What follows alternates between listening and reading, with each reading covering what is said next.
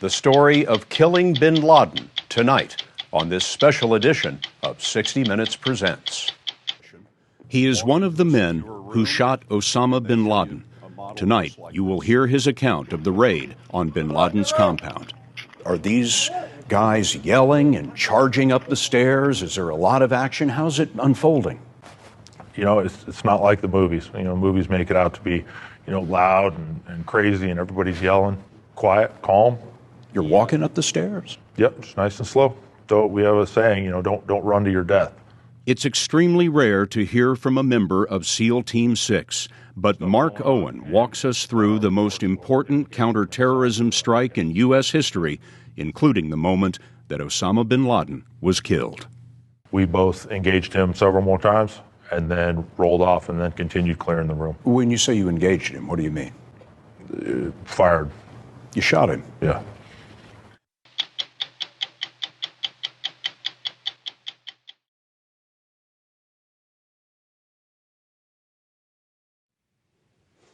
Good evening. I'm Scott Pelley. Welcome to 60 Minutes Presents. Tonight, you will hear from one of the men who shot Osama bin Laden. Mark Owen recently left the Navy's elite counterterrorism unit, SEAL Team 6. Mark Owen is not his real name, but it's the name that he used to write his book, No Easy Day, about the assault on bin Laden's compound. We first brought you his story in September. Owen was on the helicopter that crashed into the compound. He was the second man in bin Laden's bedroom, and he took the pictures of the body that the world has never seen. Owen received a Silver Star for valor and a Purple Heart for a wound suffered in the raid. But despite all of that, Owen told us in his only interview that No Easy Day is not about him.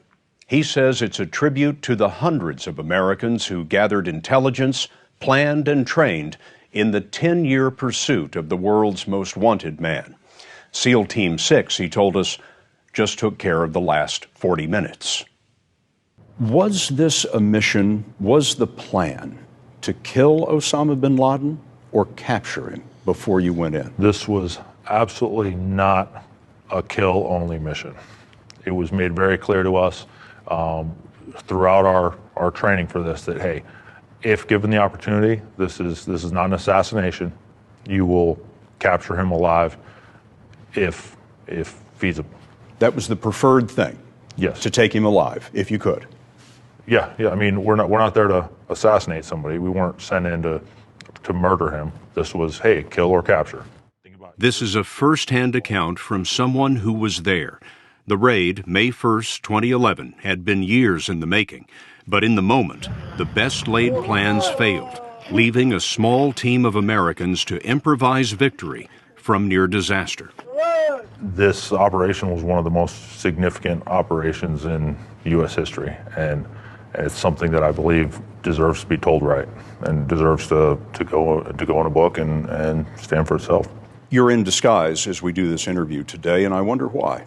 The focus shouldn't be on me. The focus should be on the book. I'm not trying to be special or a hero or anything. I'm just trying to tell the bigger story. But you're in disguise also for your own security. Yeah, absolutely. Tell me about that. What concerns you? The enemy has a long memory. And so we spent a long time perfecting a new look for Owen. Before each interview, the best artist spent 4 hours thoroughly changing his appearance. We've used shadows to enhance the effect, and we've altered his voice.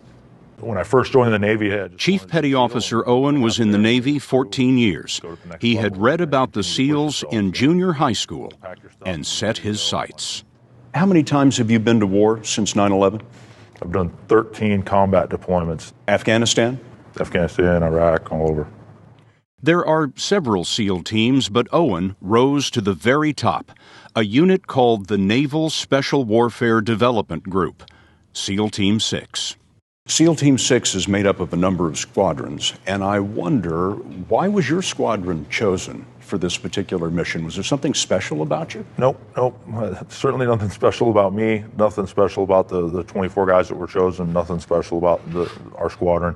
It really could have been any number of guys. You just happened to be available for training. Yes.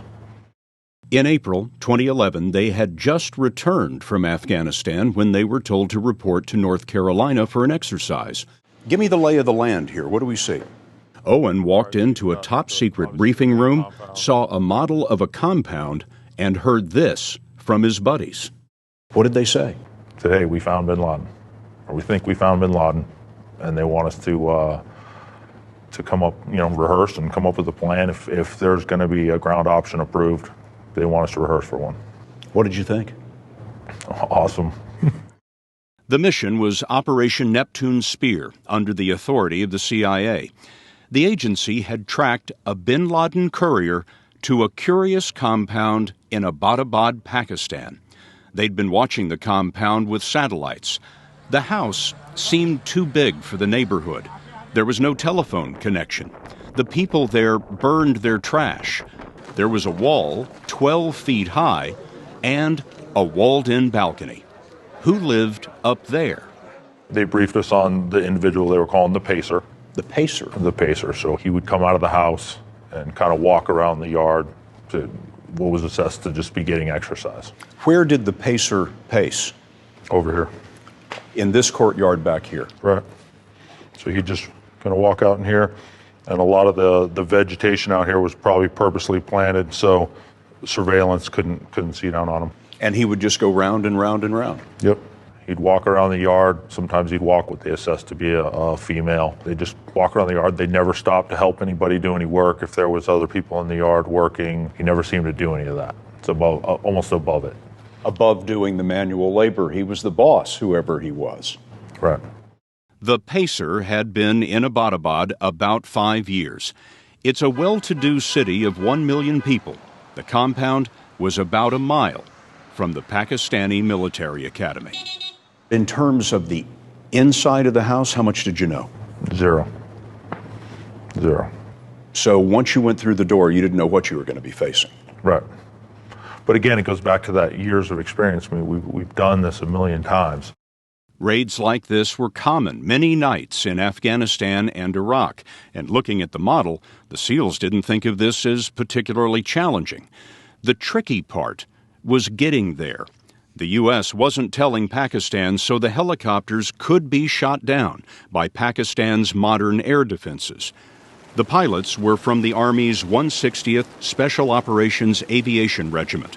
2 modified Blackhawks, call signs Chalk 1 and Chalk 2, would drop 24 SEALs and a Belgian Malinois combat dog named Cairo. Chalk 1, which is the one I was on, was going to hover over the compound here. We would drop the 2 fast ropes, slide down the ropes into the courtyard here, and then go about our business while Chalk 2 would land out here, just over here by the road, drop the external containment team off. They would provide security external. We'd have 2 men, and our combat assault dog would do a quick patrol of the perimeter down to the south and around to make sure that there was no tunnels underneath the walls if somebody did hear us coming and had time to escape. After dropping those guys off, the second helo was going to come up, hover over the 3rd floor, drop off the remaining guys. They would then hop right down into the balcony, assaulting from the top down, and our guys would assault from the bottom up. A few days after getting the mission, they had their plan, and so began weeks of rehearsals on a full-size version of the compound built in North Carolina. How many times did you assault it? How many times did you train on it? A lot. Between when we got the mission and when we left for Afghanistan, we probably get 100 times. So how unusual was this kind of training? Yeah, very unusual. I've never had all the mock-ups. I've never rehearsed for something for 3 weeks. One rehearsal had an audience. The nation's highest-ranking officer, Admiral Mike Mullen, chairman of the Joint Chiefs, the head of Special Operations, Admiral Eric Olson, and observers from the White House. One of the things that I liked after the fact was I remember Admiral Mullen coming by and talking to each one of us, and then Admiral Olson as well. And I thought that was cool. They walked by, shook each of our hands, and said, "Hey, are you guys ready? Can you guys pull this off?" And I'm pretty sure to a man we all said yes, absolutely. The team got several days off at home around Easter. Then, in late April, about a month after they got the mission, they loaded on a plane bound for a U.S. base in Afghanistan. The president wasn't convinced yet. No one confirmed that bin Laden was the pacer, so SEAL Team 6 was on standby. One of the passengers on their plane was a CIA analyst who had spent 5 years on bin Laden's trail. I can't give her enough credit. I mean, she, in my opinion, she kind of teed up this whole thing and is just, wicked smart, kind of feisty. And she was, we'd always talk back and forth. Hey, what do you think the odds of this are? What do you think the odds of that are? And, hey, what do you think? Think he's there? She's like 100%. 100% he's there. And you thought what? Well, we'll see. 3 days later, on April 30th, the president was telling jokes at the annual White House Correspondents' Dinner. CIA Director Leon Panetta's belly laugh was heard all across the room. Reporters in ball gowns and tuxedos had no idea that just a few hours before, President Obama had ordered Panetta to launch the raid. Mr. Obama kept to his schedule, thinking that on this night, it was better to have reporters drinking and laughing than asking questions. When did you first hear that the president had approved your mission? The commanding officer of our command walked in and said, hey, just got off the phone, the mission's approved. What did you think? This is big. This is cool. I'm glad I'm a part of it. The raid was supposed to be April 30th, but the weather was bad. The next night, Vice Admiral William McRaven saw the men off. He was a SEAL, and he had planned the mission as head of the Joint Special Operations Command. Just before midnight, the Black Hawks started the sprint from the U.S. base in Jalalabad, Afghanistan, to Abbottabad, about 150 miles away. The helicopters were blacked out against a clear, moonless night. The Army pilots, guided by night vision goggles, flew high speed, treetop level, under Pakistani radar. It was roughly an hour and a half. I remember, we took off, shut the doors, and the radio call I heard was, hey, we're over the border. We're crossing the border into Pakistan. And I remember thinking, wow, this is okay. This is happening. And I swear I glanced around the helicopter and half the guys were sitting there asleep on the ride in. It's an hour and a half ride. You guys got to catch a few Z's on the way in. Wait a minute. Your team is flying in to Osama bin Laden's compound, and they're asleep? Yeah, no, it's your time to just kind of shut your eyes, relax, mentally walk through whatever you need to walk through. It was about 1 o'clock in the morning. 66 degrees, 65% humidity, with calm winds. At 1 minute, we opened the door, and I just kind of swung my legs out, and I'm sitting there looking down. I'm thinking, wow, this is a beautiful spot. Houses with pools in the backyard, well lit, manicured yards. Like, wow, this is definitely not the mud huts of Afghanistan. Somehow, there was a blackout in the neighborhood. No one will say whether that was luck or design, but it meant ideal darkness for the SEALs with their night vision goggles. You could see the compound coming. Mm-hmm. You had the door to the Black Hawk open, mm-hmm. and your legs were swung outside. Right. Just make a little more room, be faster to, quicker for everybody to get out and faster up out of the helicopter, so everybody's getting ready to fast rope. And then all of a sudden we banked hard 90 degrees. Once we went hard 90, it was very apparent that something was wrong. Owen doesn't know what went wrong, but pilots say that a chopper can lose lift when it drops into the turbulence of its own downdraft. And the turbulence would have been much worse because the downdraft was being magnified and reflected by the compound's walls. These pilots are the best in the world. You don't get better than these guys. And typically they just, boom, they move right in and they stick it. It's like parking a car for these guys. And it was a rough ride. We were pretty low, tail rotor and everything happened to miss this wall here, and then we were just kind of sliding and falling out of the sky this way. I was now in the front of the helicopter, although I was sitting on the left side. I was now in the front. My buddy right behind me, he pretty much should have fallen out. If it weren't for him hanging on to me, there's a good chance I would have been thrown from the helicopter. As the helicopter is going down, what were you thinking? This is going to suck, hey, wow. The carefully rehearsed plan was out the window before the first boot hit the ground. With one helicopter and half of the SEALs having crashed, the second helicopter abandoned the roof assault as too risky, and the SEALs began to improvise. One thing was sure now: the people in the house knew they were coming.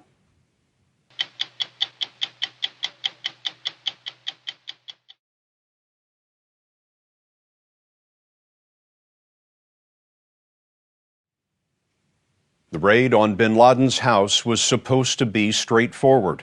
2 helicopters, call signs Chalk 1 and Chalk 2, carried 24 members of SEAL Team 6, each man hauling about 60 pounds of gear. One group planned to slide down ropes onto the roof of the house. Mark Owen's group planned to rope down into the courtyard. But Owen's helicopter crashed, and now everything was changing for the most important counterterrorism assault in U.S. history. Tell me about the crash. The pilot mentioned, I remember him mentioning in the rehearsals, he's like, if I have to ditch this thing, I'm going to try and put it down in this courtyard. So that's exactly what he did. You could tell, you could hear the helicopter winding up. He was putting all the power on it he could, but it wasn't helping. No, nothing. Came in and impacted, boom. Had the angle been more, the rotors would have hit the ground, snapped off, and caused us to roll. Had the tail rotor hit, obviously would have broken, caused us to break and roll. The load-bearing section of the tail landed precisely on the wall. The strongest part of the tail just happened to land on the wall. Yep, and the angle happened to be perfect. It all came down to inches, really, inches either way. We stopped, the main rotor blades are still turning. I don't think you could recreate that if you tried. Lucky. Lucky, but again, huge props to these pilots. I mean, everybody wants to meet the guy who shot bin Laden. I want to meet the pilot. I mean, I wouldn't be here if it weren't for him. If the pilot had not brought your helicopter down intact, would the mission have failed? No, I don't think so, because Chalk 2 was on the ground, and as soon as they saw us crash land, that Chalk 2 helicopter pilot saw that happen, decided not to push the position to go to the roof. And that's one thing that Admiral McRaven said in one of our very last rehearsals, briefs, dry runs right there in Afghanistan before we launched. He stood up and he said, hey, listen, don't try any fancy stuff, just get the guys on the ground and they'll figure it out. You mentioned in the book that one of the Army pilots that was flying your team looked to you to be about 50 years old. He was definitely a little older. But I guess in this line of work, it's experience that matters. Yeah, he's probably been flying longer than I've been alive, so nothing wrong with that. They had planned to be on the ground 30 minutes, but now they were running late.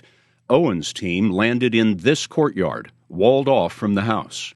So your team does what? I ran out here, I turned around and looked, and I see the guys on the left side of the helicopter. They're sitting staring at the front door. So they simply hop out and go right to the front door like nothing happened. Go right to this door here. Yep. The other helicopter landed outside the perimeter wall, dropped all of its SEALs, and took off. Now, what's your objective? What's your team supposed to do right now? We are clearing and securing the southern compound. You expect to find people in this building, and you want to clear that building so the rest of the team can do what they need to do in here. Exactly. I think what SEALs are good at is what I consider pickup basketball. We all know how to play the game. You hear the saying in the teams is, can you shoot, move, and communicate? So we all know how to shoot, we all know how to move efficiently and tactically, and we can communicate clearly. So when something goes sideways, we're able to play that pickup basketball and just kind of read off each other. Now the SEALs were in several groups. One group was outside the perimeter wall to make sure no one escaped. The group that was supposed to rope to the roof was outside the wall looking for a way in. Owen led his team to the outer building where they expected to find one of bin Laden's couriers. We got to the door. Obviously, we made tons of noise at this point. It had taken a little longer to get there. So, the element of surprise is slipping away quickly. We got to the double doors. I tried it once real quick. It was locked. My buddy who was with me is carrying a sledgehammer, pulls it out, gives it a couple good swings. Nothing. Door's not going anywhere, kind of solid metal. So I'm like, okay, we're going explosive. We all carry explosive charges. I pulled one off, got on my knee, and started setting it. And right as I was attaching it, a round started coming through the door at us. Somebody started shooting at you from inside the house, and the bullets were coming through the door. Yep. Immediately, my buddy who was standing up started returning fire. I kind of rolled away from the door, blindly returned fire back through. You couldn't see what was on the other side, and then it went quiet. Thankfully, the SEAL that was there with me, that initially returned fire with me, spoke Arabic, so he immediately started calling out to the people inside, started hearing the metal latch on the inside of the door. What are they going to come out with a suicide vest? Are they going to throw a hand grenade out? Are they going to, spray their AK? Door opens up, a female holding the kid, a couple kids right behind her. You got your finger on your trigger and you're looking at a woman with her children. Yeah, split second. I mean, we just received fire. My buddy speaking Arabic, he's asking her, hey, where's your husband? What's going on? And she replies back to him, he's dead, you shot him. Owen didn't notice until later, but he was bleeding, a shoulder wound from a fragment of something in the firefight. Yeah, I just got a little piece of frag in my shoulder from some of the rounds that came through. It really wasn't a major wound at all, but I carry a set of bolt cutters to cut locks with. When I got back, I was checking my gears, any holes or anything, and I pull out the bolt cutters, and I've got the bullet stuck in the handle. So the bullet just missed me by a little bit. The handle stick up either side of my head. Right by your neck. But you don't consider that to be a big deal? No, plenty of other guys have suffered much worse, so it's not a big deal. Within 5 minutes, Owen's team cleared the outer house. More SEALs entered the compound and converged on the first floor of the main building. Inside, they found another courier with an assault rifle. Those SEALs were in the process of shooting the second gunman. Right. And his wife jumped in front of him. All the women on target were very hostile. It's something very different than what we see in Afghanistan or Iraq. You typically don't see the women that are this aggressive and hostile. Even though the females had come out of this building and talked to us, they were still very combative and aggressive. And we saw that throughout the entire compound, even all the way up on the third floor. They secured the ground floor and then the second floor. The team continued to head up these stairs single file. The first SEAL in line is called the point man. Owen, at this point, was right behind him, number 2, going up to the third floor. The SEALs had been told they could expect one of Osama bin Laden's sons. Guys start making their way up the stairs, and it's quiet. It's pitch black in the house. No lights, all night vision. Get to the second floor. Intel had said, we think that Khalid, his son, lives on the second floor. This is Osama bin Laden's son? Yeah. The guy in front of me, who's point man, he sees the head pop out and disappear really quick around the corner. It's like, okay, who is it? What do you think? I don't know. He literally whispers, not amped up, not yelling, not anything. He whispers, hey, Khalid. Whispers Khalid's name. Doesn't know if it's Khalid or not. Khalid literally looks back around the edge of the hall, and he shoots him. What was Khalid thinking at that time? Look around the corner. Curiosity killed the cat. I guess Khalid too. It had been 15 minutes since the crash. It was now about 1:15 a.m. Give me a sense of what this scene is like in there. I mean, are these guys yelling and charging up the stairs? Is there a lot of action? How's it unfolding? It's not like the movies. Movies make it out to be, loud and crazy and everybody's yelling. This is what we do. We're really good at it, and so it's quiet, calm, like we've done it a million times before. We have a saying, don't run to your death. So nice and slow, and we head up the stairs. Khalid is dead on this landing. The point man is stepping past Khalid, and now you're number 2 in the stack. You're right behind the point man. Yep. I kind of trying to look around him, hear him take a couple shots, kind of see a head, somebody disappear back into the room. The point man had seen someone stick his head out a door and shot him just the way he'd shot Khalid. Yep. What did you do then? Inside the room, I could see a body laying on the ground. Over him was 2 females, real close to the door. They looked up and saw the point man. He steps in to the room, literally rushes the 2 women, grabs one under each arm and pushes them back against the far wall. So if they did have a suicide vest on and they did blow themselves up, that wouldn't affect the rest of the guys. But it would have killed him. Yeah. You stepped into the room and saw the man lying on the floor. What did you do? Myself and the next assaulter in, we both engaged him several more times and then rolled off and then continued clearing the room. When you say you engaged him, what do you mean? Fired. You shot him? Yeah. He's still moving? A little bit, but you couldn't see his arms, couldn't see his hands. So he could have had something, could have had a hand grenade or something underneath his chest. So after Osama bin Laden is wounded, he's still moving. You shot him twice? A handful of times. A handful of times, and the SEAL in the stack behind you also shot Osama bin Laden, and at that point his body was still. Yes. Did you recognize him? No. You know, everybody thinks it was like, you know it's him. No. To us at that time, it could have been anybody. Maybe this is another brother. Maybe this is a bodyguard. Maybe. It doesn't matter. The point is to just continue clearing. By now, 20 minutes had passed. Every single thing that the woman with the CIA had told them on the plane had been right, but time was running out. Throughout the raid, the remaining helicopter was in the air. It only had enough gas to stay for 30 minutes or so. Pakistani neighbors had discovered the SEALs posted outside the compound wall, and it couldn't be long before the Pakistani military would know they were there. One SEAL was charged with keeping an eye on his wristwatch and calling out the dwindling time on the radio. 20 minutes, 15, 10. We'll be right back.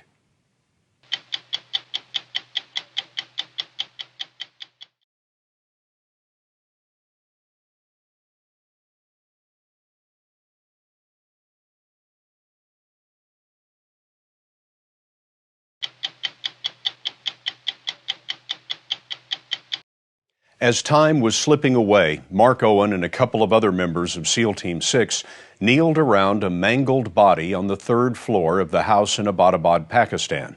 Everything the CIA analyst told them about the raid on Osama bin Laden's house had checked out exactly as she said. But was this bin Laden? You know, in my mind, he looked way younger than I thought he was going to be. His beard wasn't gray at all. You know, I'd studied lots of photos of him, and you know, they were always gray. His beard was dark black. Identifiably, he was very tall. So, okay, you know, you can kind of chalk that up as something. Bin Laden was about 6'4". Right. His nose, to me, was something that I could kind of identify. So, you know, kind of looking at the profile shots and everything, I was like, okay, I was pretty sure that was him. But, you know, I'm not willing to make that call. Certainly not at that point. Not willing because Owen says they suspected the president was listening at the White House, and he was right. The helicopter crash had been reported up the chain of command. Owen says the SEALs wanted proof before anyone said anything on the radio about killing Osama bin Laden. They turned to one of the SEALs in the room who spoke Arabic. So he moved out to where the women and kids were, grabs one of the younger kids, says, hey, who is that inside? She says, Osama. Osama who? Osama bin Laden. The child? The child. Identified him? No. Grabbed one of the females, asked her again, say, hey, who is that? She said, Osama bin Laden. So, does a cheer go up among the SEALs? You start shaking hands, patting each other on the back? Nothing. It's all business. We're on a clock here. So we call up the commanding officer. He comes upstairs, looks at the body. We give him what we have so far. Or, hey, here's what he looks like. Take a look. He's tall. Women and kid confirm it. He took one look, said, okay, I think that's him. The commander used the code word for bin Laden, Geronimo, as he passed the message to Admiral McRaven. For God and country, he said, I pass Geronimo, Geronimo, EKIA, which stands for enemy, killed in action. 20 minutes had passed. 10 minutes left on the schedule. We wanted to collect DNA samples. We wanted to take photographs of them, and then we wanted duplicate copies of that. So obviously we're taking the body out, but if a helicopter got shot down on the way out and it had the body, we wanted the other helicopter to have DNA and photos so they'd have some sort of evidence that said, hey, we do have them, and here it is. You wanted duplicates of everything? Yeah, just in case. You thought of everything? We tried. One SEAL took blood and saliva samples. Owen took the pictures. I figured these were probably some of the most important photos I'd ever taken in my life. So, you know, make sure I do it right, get good angles and all this other stuff. But, you know, you got to clean off the face. So identifiable as possible. So one of my buddies had a Camelback with some water in it. Got some, spread some water on him, took a sheet off the bed, kind of wiped the blood off, and then took photos. Wiping the blood off of Osama bin Laden's face? Camelback is one of those backpacks that has a water bladder in it, and you use it to drink water out of, but you used it to wash his face, and you shot pictures of his face in a profile. Can you describe what they look like? They're pretty gruesome. Well, when you say gruesome, what are we talking about? He had a bullet wound in the head, so that gruesome. 2 SEALs took the body downstairs and zipped bin Laden into a bag. In the bedroom, Owen found an assault rifle and a pistol on a shelf. And some people would argue that, why did that point man take those shots? Well, immediately, the first door we went to, my team was engaged by enemy fire through the door. So automatically, we know we're going into an enemy compound. Shots being fired back at us immediately. AK found next to Khalid on the stairs. All those boxes have been checked that if a guy sticks his head around the corner, he very easily could have a gun. You don't wait to get that AK or the grenade thrown down the hall or the suicide vest. So in the split second, that's when he engaged.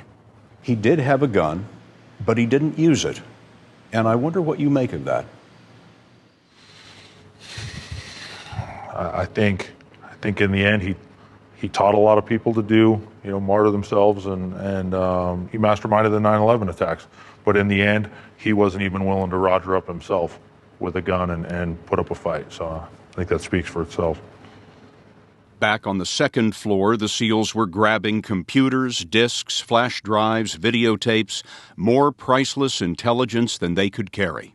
There was so much stuff in this house. The guys are just stuffing this stuff in garbage bags? We had carried bags with us, but we filled all these bags up. So you just find some, an old gym bag on Target, dump out whatever's in it, and use that. As we were running out, I look over at my buddy. He's got a bag of stuff in one hand, like Santa Claus running out of there, but a bag full of goodies in one hand that he'd collected, and a computer terminal in the other. The plan had been to be on the ground for 30 minutes, but now they were a few minutes late. It was after 1:30 a.m. Now things are starting to pick up outside. People have obviously woken up at this point. They're coming over to investigate what's going on. They were the neighbors, and they had a lot of questions for the SEALs standing guard outside the wall. So that's where things could get real dynamic for that team outside. Everybody wants to know what was going on inside. That team had way more responsibility than just about anybody else because they were dealing with all the what-ifs outside. What if the police showed up or the military? We're running out of time. We got to get going. There's neighbors approaching. The interpreter that was out here said, hey, there's a police operation going on here. Go back to your homes. And they'd simply go back away. Among the unfinished business was the crashed helicopter. It was a secret design loaded with secret gear. They had to blow it up. A message was passed to their explosives expert, called the EOD man. Prep it to blow, they said. But the "it" in the message was a little vague. The EOD guy thinks he means prep the house to blow. So there we are in the middle of this, and he's like, okay, roger that, prep it to blow. So he's running around the first floor of the house, setting his charges, getting ready to blow up the house, and somebody looks over at him and is like, dude, what are you doing? He's like, oh, I'm prepping it to blow. He's like, not the house, the helicopter. Well, he hadn't got the word that there was a helicopter even down. He's like, what helicopter? He's like, the one in the courtyard, go take a look. So he runs outside, sees the helicopter, and then they proceed to rig it to blow. It was past time to go. 2 large helicopters called CH-47s, filled with reinforcements and fuel, had been standing by during the raid. The remaining Black Hawk would return for half of the SEALs. A CH-47 would pick up the rest. The Black Hawk that's picking us up lands first. We run through the field carrying the body in the body bag, load the remaining Black Hawk, and then we slowly lift off and move away. While they're waiting for the 47 to come in, the timer on the charges is ticking down. The explosion on this helicopter is coming. How much time have they got? Not much left. Minutes. They're under 30 seconds. They're running down. The team leader that was in charge of the demo team, he gets a hold of the commanding officer, gets him on the radio talking to the 47, tells the 47 to do a go-around. As he's doing the go-around to the south, boom, the charge goes. Our Black Hawk's already gone. This explodes, big, huge explosion. The 47 comes right back around, lands, the guys load on, and now they're airborne. We're done. We're clean from the target. That glow at the compound was the helicopter on fire. The SEALs were on the ground about 38 minutes, which meant their Black Hawk had been in the air, waiting, a little longer than planned. Sure enough, I'm sitting in the helicopter, and you turn around and look in the cockpit, and I see flashing red lights. Well, I'm not a pilot, but anything flashing red in a vehicle is typically not good. It's gas gauges. We're about to run out of fuel.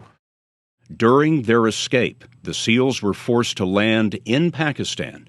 One of the CH-47s was waiting on the ground and refueled their Black Hawk.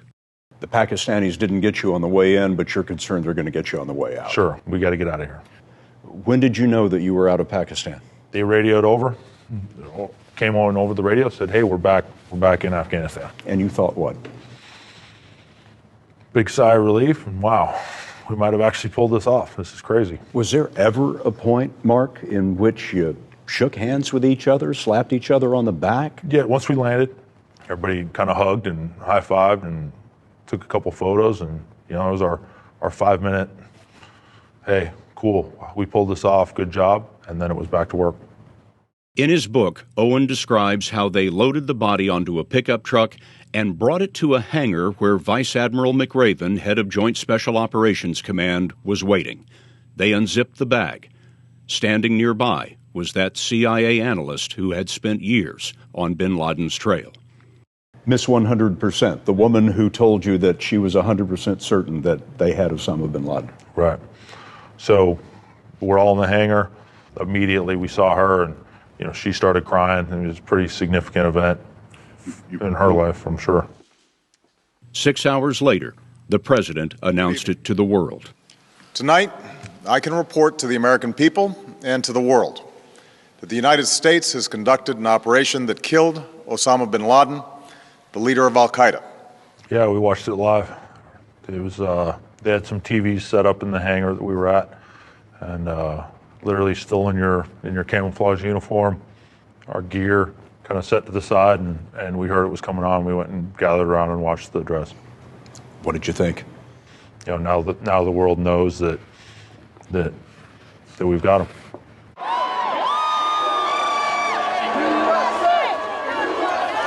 When you landed back in the United States, what did you think of all the media coverage? It was all surreal because, this had all been so hush-hush leading up to it. We went and did it. Now it was the biggest news story ever. We got on a bus. They drove us back to work. I didn't even go in. They told us we had a couple days off, and I grabbed my keys, went and got in my truck, and I put it in the book, but, I hit Taco Bell on the way home, hit the drive-thru, a couple tacos, and ate it in my car right there, and then drove home. You were part of the team that killed Osama bin Laden, and the first thing you do when you get back to the United States is go to Taco Bell. Yeah, 2 tacos and a bean burrito. It's routine. Life has been anything but routine for Mark Owen since the publication of his book was first announced. We'll have that when we come back. Go to 60minutesovertime.com to hear more about Mark Owen and what he saw inside bin Laden's room. Sponsored by Pfizer.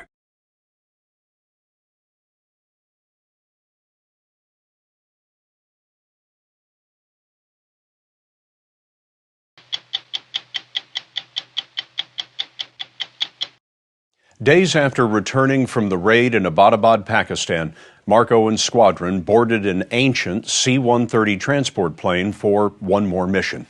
The men wondered why the plane was so old, and then they found out that it had been used in 1980 in the failed attempt to rescue the American hostages in Iran.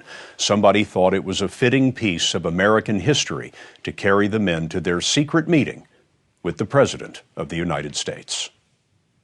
The terrorist leader who struck our nation on 9/11 will never threaten America again. President Obama was making a speech at Fort Campbell, Kentucky, and he met with the bin Laden team privately. All of the men would receive a Silver Star for valor. Did the president ask you guys which ones of you had shot Osama bin Laden? Yeah, he asked who was the one, and we told him we wouldn't tell him. You wouldn't tell him? Why not? Pulling a trigger is easy. You know, a couple pounds of pressure in your trigger finger, and I've done it millions of times, and it's not that hard. You know, so it's not about who that one person was. It's who, you know, it was about the team or the helicopter pilots or the intel folks that teed this whole thing up. Who cares who the one person is? Doesn't matter. I wonder, in writing this book, whether you're worried that some of your fellow SEALs will be angry with you. You know, I've had nothing but an outpouring of support from the guys who know me. To quote one of my friends, he said, "Hey, if anybody can tell this story and do it right, it's you." And I'm not taking that. I'm trying to toot my own horn. They know I'm doing it right. You say in the preface to the book that if a reader is looking for secrets, this isn't their book. No, absolutely not. I'm not talking secrets. I'm not talking tactics. I don't even get into any of that stuff. But I really try and give the reader a sense of what it's like to be there. The Pentagon is not happy about No Easy Day. They have a different account of bin Laden's final minutes, saying that he was first shot when the SEALs were inside his bedroom. This book...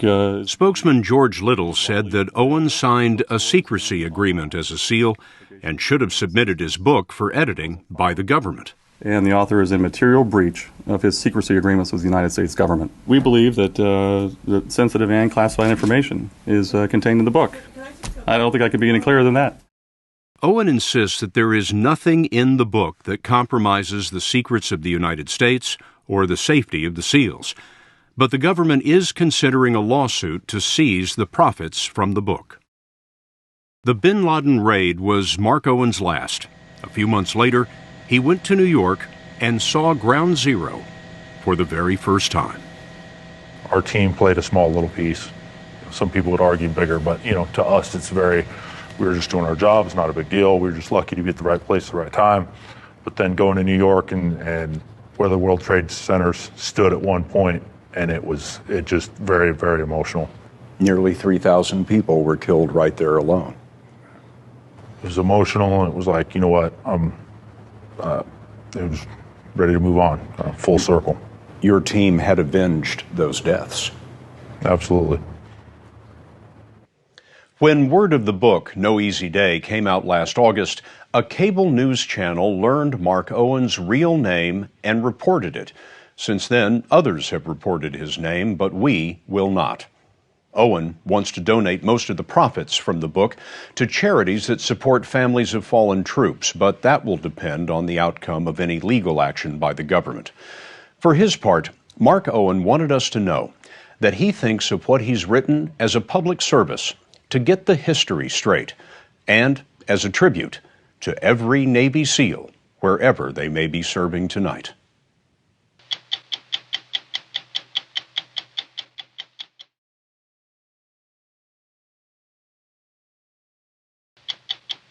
I'm Scott Pelley. Thanks for joining us. 60 Minutes will be back next week, and I'll see you tomorrow on the CBS Evening News.